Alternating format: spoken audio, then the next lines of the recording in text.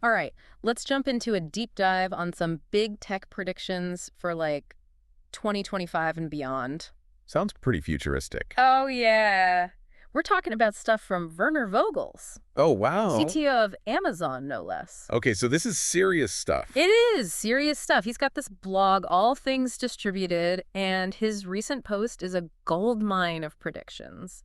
I mean, the guy's basically seen it all when it comes to tech evolving. Right, he's right there in the thick of it. Exactly. So we're going to be looking at his take on, well, a bunch of things, like how work might become more about, missions and purpose instead of just chasing that paycheck. Yeah, that's a big one these days, isn't it? Huge. And we'll dig into his thoughts on clean energy, fighting this crazy wave of disinformation, and even tech that helps us chill out instead of stressing us out. It's a pretty ambitious list. Oh, absolutely. Yeah. But Vogel's, he's known for being optimistic about tech, actually believing it can solve problems, make the world better. Yeah, it's refreshing to hear that perspective. Total breath of fresh air. Okay, so let's start with something I think everyone's thinking about: work.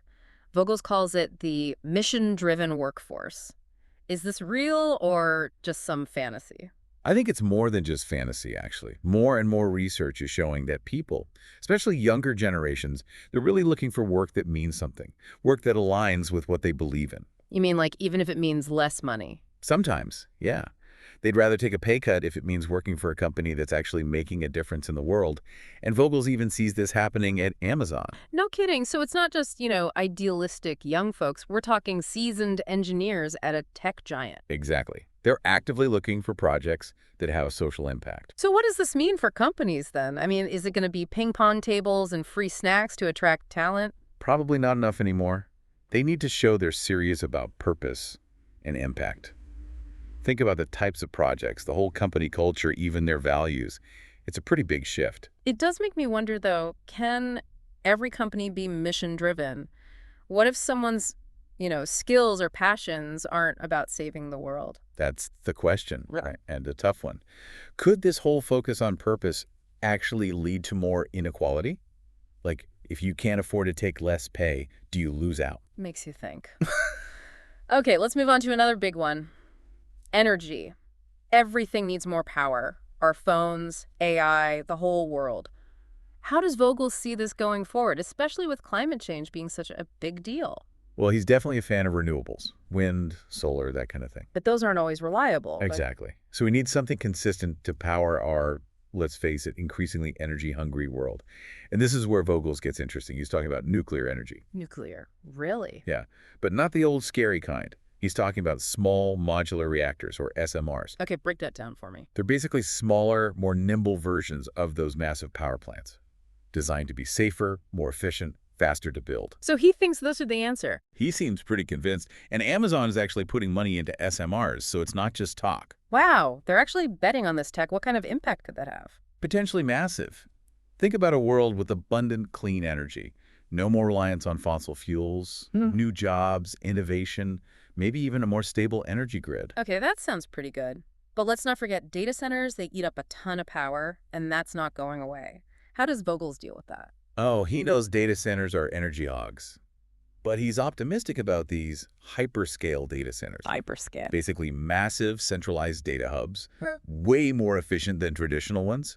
And the cool part is they can actually work with the power grid, adjusting their energy use depending on the need. So it's like a two-pronged approach. Clean energy sources and smarter energy use. Makes sense.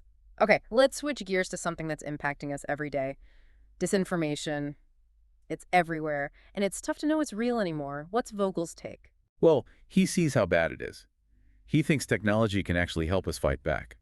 He talks about open source intelligence, OSINT for short.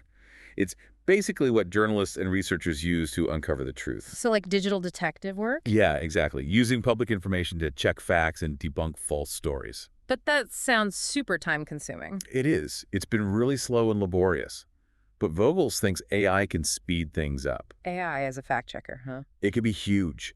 Think about AI analyzing mountains of data to spot patterns that might indicate a disinformation campaign, or even flagging potential fake news in real time. That would be amazing, but couldn't those tools also be misused? Oh, for sure. That's a real worry. What if they're used to censor real information? Yeah. Or even to spread more disinformation? We need to be very careful with this. Totally agree. It's a tightrope walk between using AI for good and making sure it doesn't backfire.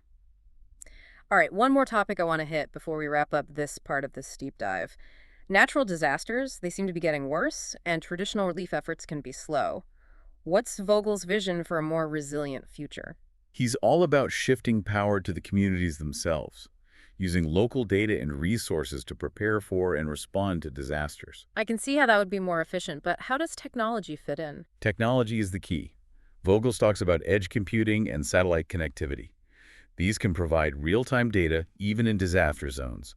So communities could use social media and apps to coordinate rescues, share info, even track things like wildfires or floods. That's a pretty amazing image, but is it realistic? I mean, can every community handle that kind of tech? You're right, it's not a simple solution. We need to make sure the tech is accessible to everyone.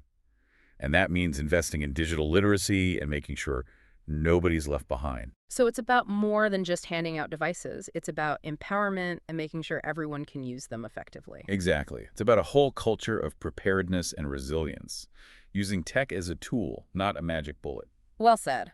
This has been a fascinating look at Vogel's predictions so far. We've covered a lot: the mission-driven workforce, the potential of SMRs, the fight against disinformation, even making communities more resilient. And what's striking is that Vogels isn't just talking about the future. He's actively shaping it through Amazon. He's putting his money where his mouth is. That's true. He's really walking the walk. But before we get too carried away with all the cool possibilities, we need to consider the other side of the coin, the potential downsides, the things that could go wrong. Absolutely. We can't just embrace new technology without thinking about the impact on society, the environment, even our own humanity. So let's shift gears a bit in the next part of the deep dive and explore some of those darker possibilities. The questions that Vogels might not be asking. Sounds good to me. Stay tuned. For all his optimism, I did notice Vogels didn't really talk about inequality. Yeah, that's a good point. Like, will all this amazing tech actually benefit everyone, or will it just widen the gap between the haves and have-nots? Exactly. You could end up with a world where only the privileged few can afford to be mission-driven at work, taking pay cuts for purpose, while everyone else is just struggling to keep up. It's almost like a supercharged digital divide. And then there's the question of jobs. Yeah. AI and automation are already changing things, and Vogels talks about new jobs in areas like clean energy. But will there be enough to replace the jobs that are lost? Right. What happens to all the truck drivers and factory workers when those jobs are automated? Can they all become clean energy specialists? It's a real concern. We need to be thinking about retraining, education, and maybe even things like a universal basic income to help people adapt. Yeah, it feels like we're standing on the edge of this unknown territory. Exciting, but also kind of scary. And it makes you wonder, even if we figure out the economics, what does it mean for the idea of work itself? If machines can take care of our basic needs, what's our purpose then? That's a big question, right? Do we all become artists and philosophers? Or do we just end up bored and restless? Makes you think. Okay, let's go back to AI fighting disinformation. It sounds like a good idea, but are there any downsides? Well, any powerful tool can be misused. AI can be biased. It reflects the biases of its creators or the data it's trained on. So what if it's used to silence people with different opinions? Or to create even more convincing propaganda? Exactly. We need to be really careful about transparency and make sure that humans are still in control. And what about the folks who spread disinformation in the first place? Do you think they'll just give up? No way. They'll keep finding new ways to trick us, new ways to avoid detection. It's like a constant arms race. So technology alone isn't enough. We also need to be smarter, more critical thinkers. Yeah, we need to be more aware of how we're being manipulated online. And we need to demand better from the platforms that are allowing this stuff to spread. Okay, let's talk about disaster preparedness. Vogels is all about empowering communities, which sounds good, but are there any risks with that approach? One concern is that it could make inequality worse. Communities that don't have access to tech or resources might get left behind, making them even more vulnerable. Right. It's like the communities that are already prepared will become even more resilient, and the ones that are struggling will fall further behind. Exactly. We need to make sure that everyone has the tools and the knowledge to use them. And what about the potential for chaos during a disaster? Like, imagine conflicting information spreading on social media, causing confusion and delaying help. Could this decentralized approach backfire? Yeah, it's possible. Decentralized communication can be messy, especially in a crisis. We need to think about ways to verify information and make sure everyone is on the same page. It sounds like a huge coordination challenge. Okay, let's bring it back to the individual level. Vogels talks a lot about mindfulness and being intentional with technology. But is that realistic for everyone? Well, for a lot of people, technology isn't a choice, it's a necessity. They need it for work, communication, everything. They can't just switch off. And even if you don't have to be online all the time, there's still so much pressure to stay connected. Social media makes you feel like you're missing out if you're not constantly checking in. It's true. We've created this culture of instant gratification, and it's not always healthy. So maybe mindfulness is just a luxury for people who can afford to disconnect. It's possible. And it raises questions about how tech companies are shaping our behavior. Are they deliberately making their products addictive? It's hard to say for sure, but I think we need to be more aware of how our tech use is affecting us, both mentally and physically. Absolutely. We need to start setting boundaries and making conscious choices about how we engage with technology. So to wrap up this part of the deep dive, it's pretty clear that the future of technology is full of both opportunities and challenges. Yeah, there's no easy answers. But it's important that we keep asking the tough questions and that we're all involved in shaping this future. It's not something that just happens to us. We have a say in how it unfolds. So let's move on to the final part of our deep dive and talk about what we can actually do to make this future a positive one. We've been diving deep into Vogel's predictions, all the cool stuff, and even the potential downsides. But let's be real, what does it all mean for us out here in the real world? Yeah, good point. Sometimes these big tech trends feel kind of abstract, right? Like they're happening somewhere else, not in our everyday lives. Totally. So let's get practical. We've got Vogel's optimistic vision. We've explored some of the shadows.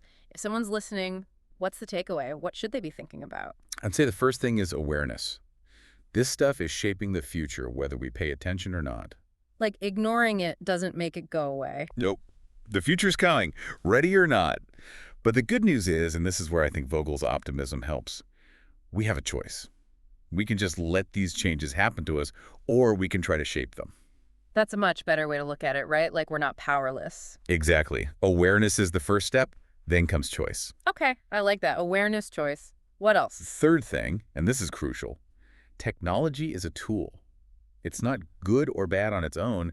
It's all about how we use it. Like a hammer, right. Build a house or smash a window. Depends on the person holding it. Exactly. So we need to be smart, be intentional, and maybe even a little suspicious sometimes. Suspicious. Yeah, like asking tough questions. Who benefits from this new tech? What could go wrong?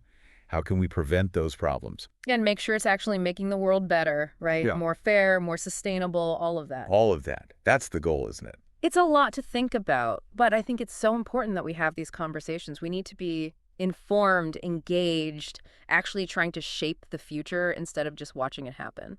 Vogels keeps coming back to that idea, using technology for good. Mm. It's not just a nice bonus, it has to be the priority. Yeah, he's pushing us to think big, use tech to solve the biggest problems we face. And that's not just for tech companies, it's for everyone. Absolutely. It's about individuals, communities, everyone working together. So as we wrap up this deep dive, I want to leave you with a few questions to think about. Good idea. Turn it into a call to action. Exactly. How does all this stuff impact you, your work, your community? What gets you excited about the future? What scares you? And what role do you want to play in making that future happen? Because in the end, the future isn't something that just happens to us. It's something we make together. And that's a wrap on our deep dive into Werner Vogel's tech predictions for 2025 and beyond. Thanks for joining us. Keep learning, keep questioning, and keep exploring.